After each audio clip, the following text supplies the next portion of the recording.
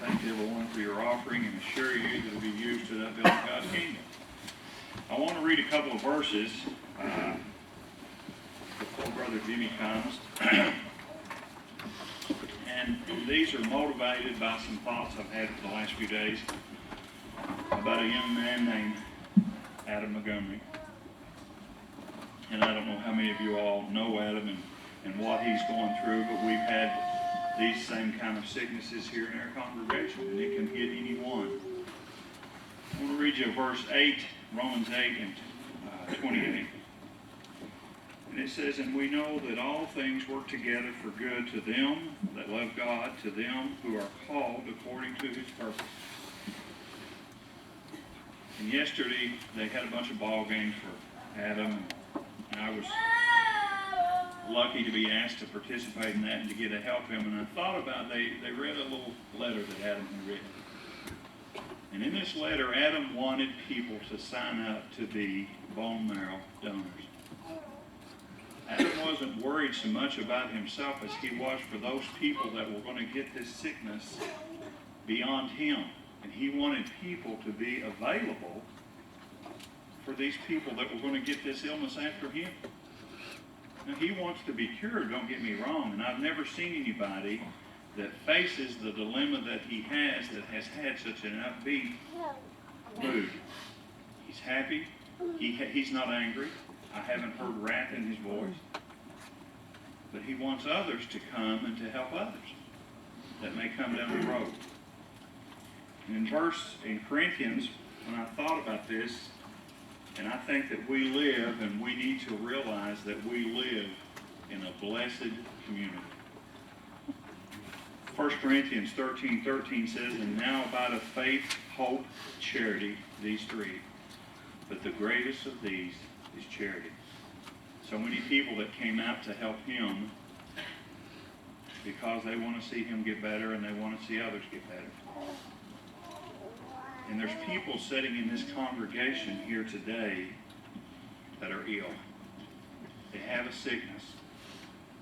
And I guess it's, as I sat here and kind of thought, one of the secret illnesses that kill a lot of people is hypertension. Because sometimes there's not a lot of signals until bang, it happens. And I sat here and thought today of the illness of sin that's here in this congregation, that's in this county, that's in this state, and all over the world.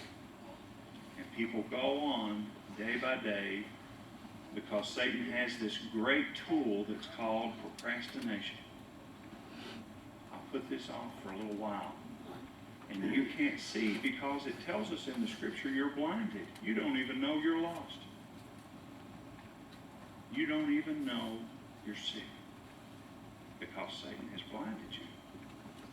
And it's sad because there's people that are good Christians. As I read that scripture a while ago about the effectual fervent prayer, there are people in this congregation praying affectionately, fervently for those that are lost. Because they were sick at one time too. And they know what that sickness is and what it can lead to. And they're praying that you don't enter into that. Let's think about that blessed community we live in. The people that are praying for you. And if you're here today lost, I hope you realize that. And I hope this message guides you to a better life. As Brother Jim said.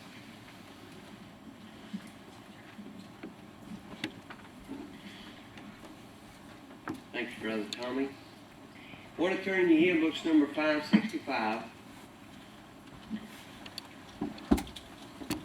Time to make a decision. And that time came to me in my life, and I had to deal with it. None of us are accepted out of that. There'll be a time coming when we need to make a decision. I want to talk, and as Tom said, I think these messages get on our mind. This one's probably been on mine for a month. And I think I kind of mentioned in a way we're going to talk about building codes this morning. And I said everybody's going to say, well, here we go, building codes.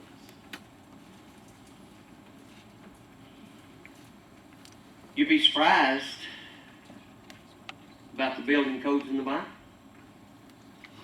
We're going to talk some about those. I want to talk physically for a minute. Jesus done that a lot when he would take earthly examples and then he turns it into something spiritual, and it's called a parable. Now, I would draw a parable today between the physical building codes, and there's not many people that like them, I'll be honest with you. You know, even myself, I said, that's outlandish. Why did they pass this as a building code? To some extent, there's always been building codes in this nation of ours. It tells us how to build and how to construct things. And those codes were violated a lot of times, and they're still being violated today. But all these building codes are put into effect so that then when that particular building or whatever it applies to, when it comes under the severest storms, that building might stand. And I hope this message today that you receive it in a way that God has intended for me to present it. And it's in a positive light. I'm telling you, to build upon that is the only way that you're ever going to be truly happy. You have building codes for 3 basic, simple reasons. Number 1 is to protect. Number 2 is to preserve. And number 3 is for comfort. If you look at the codes in Kentucky, there was one event that probably changed this whole state about building codes. And that was a fire that took the lives of hundreds. A little place called Southgate, I believe it is. They'd used the wrong kind of wire. Nobody thought much about it, and it functioned. Until one night, under very adverse conditions, it broke down. And when it broke down, it created fire and smoke, devastation, and people lost their lives.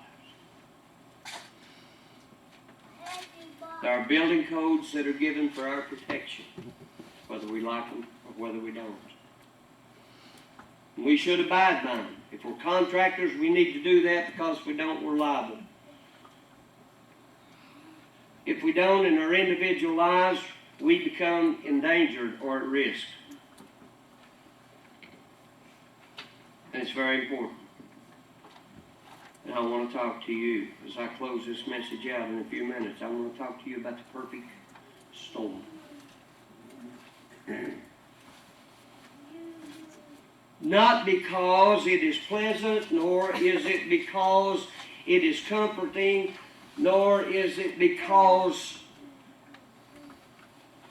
of protection. It just simply means that when everything comes together in a perfect storm, devastation and destruction will come. My question is, and believe me, I've asked myself this over and over, and I've even practiced it and rehearsed it in my family. The perfect storm will come to you when it is the very last storm that comes, and that is separation of soul and spirit. It may happen to someone that you love and you respect beyond measure, and you see it happen to them. And it devastates our life unless in that relationship with that individual, whether it be your spouse, your son, your daughter, your mother, or your father, unless there has been built into that a healthy respect and love and compassion and all of those things, you will have to deal with that when that individual is gone. and I have lived long enough and have experienced these perfect storms in people's lives to see the result of those things, and there can only be two results. It has been said, the saddest words of pen or men are these few words, "It might have been." There's nothing worse than to look back upon a relationship and say, I wish I could have changed that. I wish I hadn't have said that. I wish I had not done that. Can't change it. Can't change it. It's done. What we must learn from that is from this day forward, that our relationship with inside of ourselves, first of all, and then secondarily those that are around us, that we build for the perfect storm.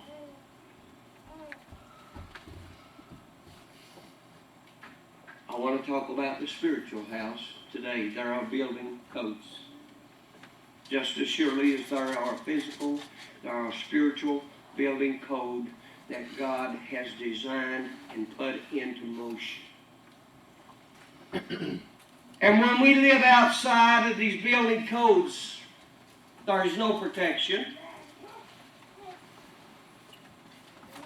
There is very little comfort, and certainly there is no preservation. The Bible said, "The soul that sinneth shall die."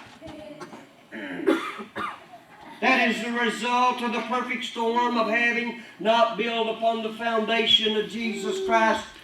The Bible said, building upon the foundation of the church, the Lord Himself being the chief cornerstone. And all of us, when we come down to life and we find ourselves in the midst of this perfect storm, one of the first things that we do is that we reach out to a power beyond ourselves, a power that has been available to us in life.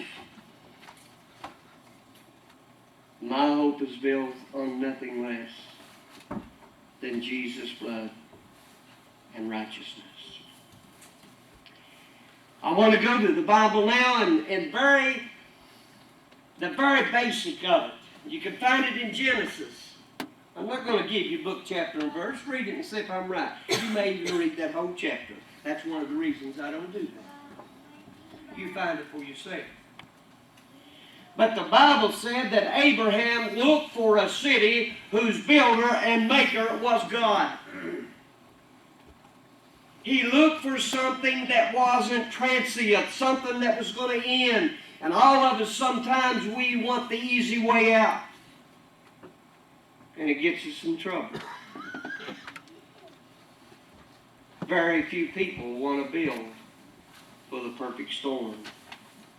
But it may be closer to us today than we realize. When all of the conditions get right in the design of God, the perfect storm is upon us.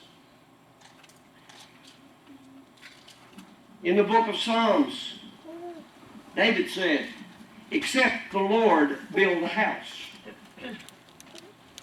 it's not going to stand." It's been my privilege, and I count it one of my good memories. Having been in this place and having been associated with people that were strong in the faith, and not one of them, not one, did I ever sit or stand by their bed when they were passing and the perfect storm was upon them, that ever had any doubt about their life, that they had lived and who they had committed their life to. You can live with that. And the conditions of life of when the body can no longer bear up under the afflictions is to look back over life and say it was good. I now know beyond a measure of doubt that this individual that I loved and that I respected, they're in much better hands, in a much better place, and the perfect storm has passed. It's over. It's past. In the book of Hebrews, the Bible said, He that built all things is God.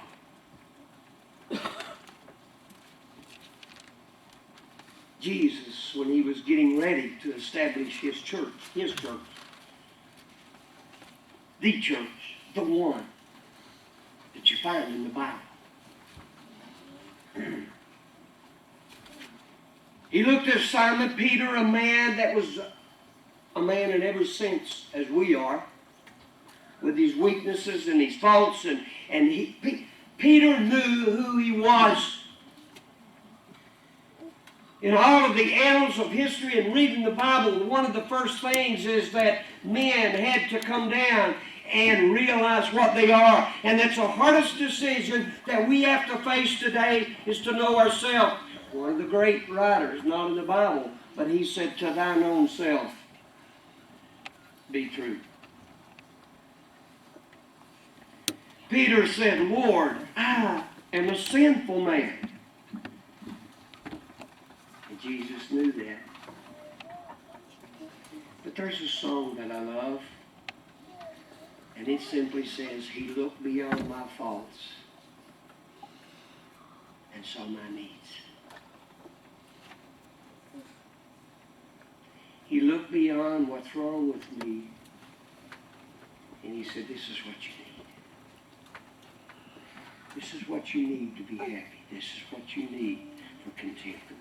This is what you need to build against the perfect storm.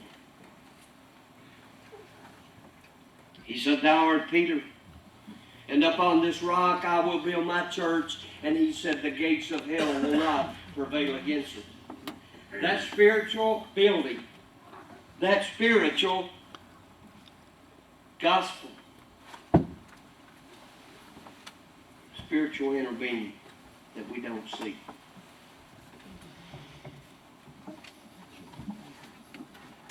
If you will, turn with me to the book of Matthew, the 7th chapter. And I want to share about 5 verses with you. Jesus used the illustration often in the Bible about storms. There are 4 great elements that God uses. And He uses wind. Can't stop it when it gets to a certain point. And there's fire. When it reaches a certain point, it literally destroys whatever it is. He uses the elements so that we can know and we can comprehend what He's talking about. And on this occasion, beginning with the 24th verse, He said, therefore, whosoever heareth these sayings of mine and doeth them, I will liken him unto a wise man. That is important. The wise will hear, they will believe, they will apply, they will build, and the foolish will perish.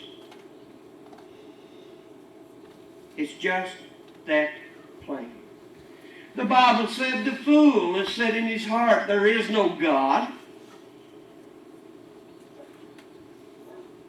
And all of us should consider ourselves to be wise people, wanting to build against the storm, and it could be just around the corner.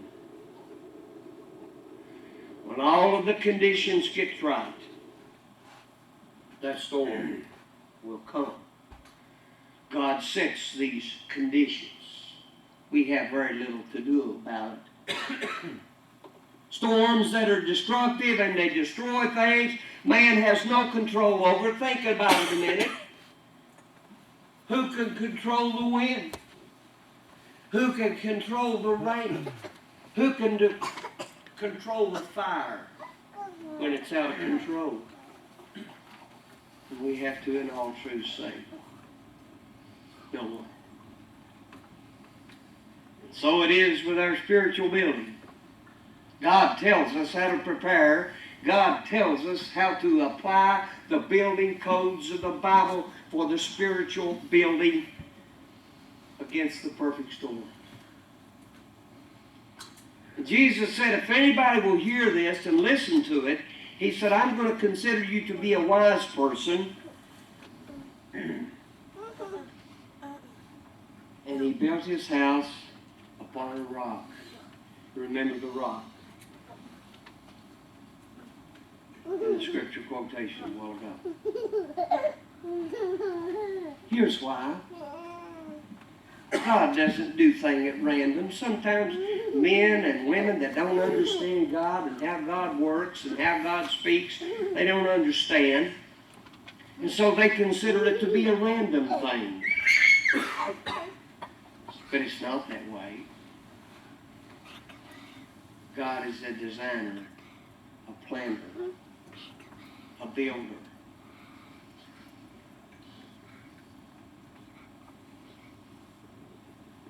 And everyone that heareth these sayings of mine, and doeth them not,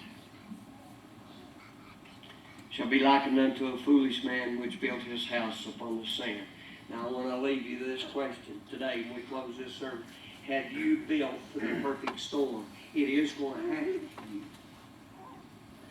You're going to either leave here when those conditions are right, and those around you are going to have to deal with that storm. Have you talked to them about it? Have you reached reality and said, this is probably going to happen to me sometime, someplace. Here's how we're going to handle it. We don't even talk about it. We don't want to even talk about death. We don't want to even talk about what we're going to leave behind. Memories, friendships, all of those things. And if we leave, somebody has to deal with those results. Here's why. He said the rain descended and the floods came and the winds blew and beat upon that house and it fell. And great was the fall of it.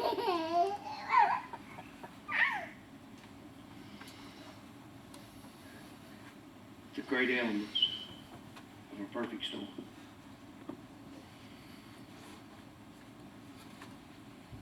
There's a reason that I left out 25.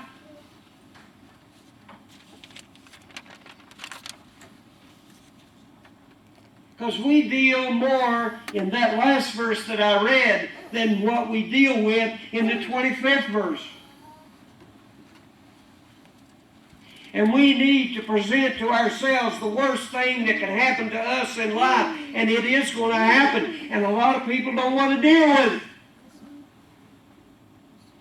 I have learned to deal with it. And when I look at my wife, I look at her deeply and I love her. And all of our life that's been together, I don't put it off another month or 2 or 3 or 4. I look at it right then. I know that I am vulnerable. I look at my children and I appreciate them and I love them and I don't take them for granted because that is my time under the sun. That is my time to rejoice. That is my time to build against the storm. Verse 25. And the rain descended, and the floods came, and the winds blew, and beat upon this on that house, and it fell not, for it was founded on a rock. That's the one that I want to go to and emphasize now. When we build our relationship upon those things, nobody is immune to the rigors of life. The Bible said the rain falls on the just and the unjust alike. And in so much of our preaching today, it's all positive and it's all upbeat and nothing bad is going to happen to you if you follow the Lord and you're going to do this, and I'm going to tell you that's not the way it is. And people aren't prepared for it. I have saw people in the church washed out when they come to the perfect storm, and they couldn't handle it because they had not been taught to handle it.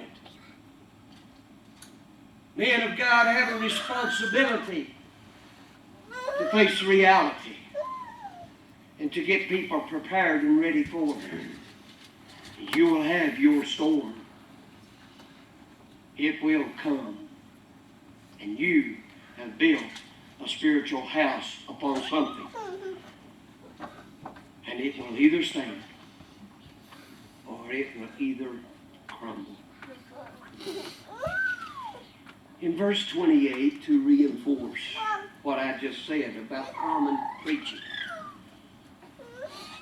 I hope it astonished you this morning. I hope that it got deep in your soul, deep into your mind, deep into your consciousness. Because in verse 28, that's the way it affected the people that heard that parable. And it came to pass when Jesus had ended these things, the people were astonished at his doctrine. And if you hear something different here, we're doing it right. If you hear nothing that's different and is commonplace, you are not at the right place. You're at the wrong place. Life is a journey. And as creatures created of God, we look for comfort. And we need that. We need that. And we will be afforded what we need. I trust Him for that.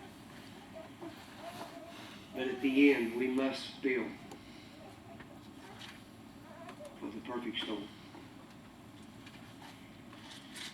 I want to close this message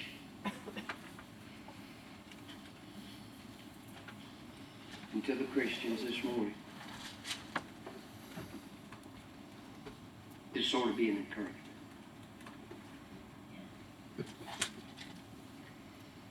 In the book of 1 Peter, he refers to the people of God. In chapter 2, verse 5. Ye also as lively stones are built up a spiritual house, a holy priesthood, to offer up spiritual sacrifices acceptable to God by Jesus Christ.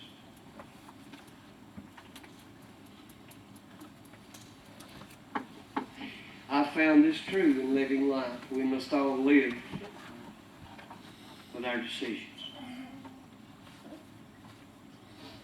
We cannot escape that. Every decision we make, we're going to have to live with.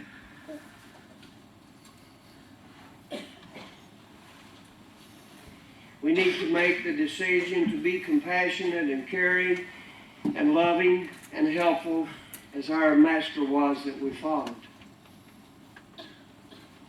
We may choose the other route. We could sow devastation and your children will pick up the tab.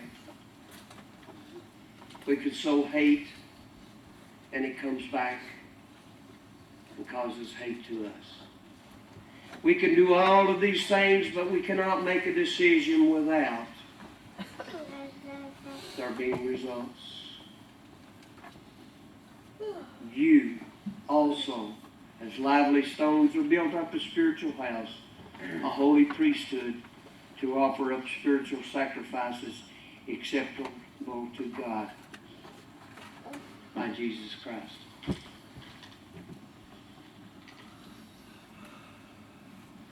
Building codes. A lot of times we don't like them, but it makes the building safer, and it protects, and it gives comfort. in our spiritual lives, if they are built upon that, the building codes of God, that building will stand. It will stand the test of time. It will stand the test of eternity. May the Lord bless you as we share His Word together. Let's stand. We're going to sing number 565.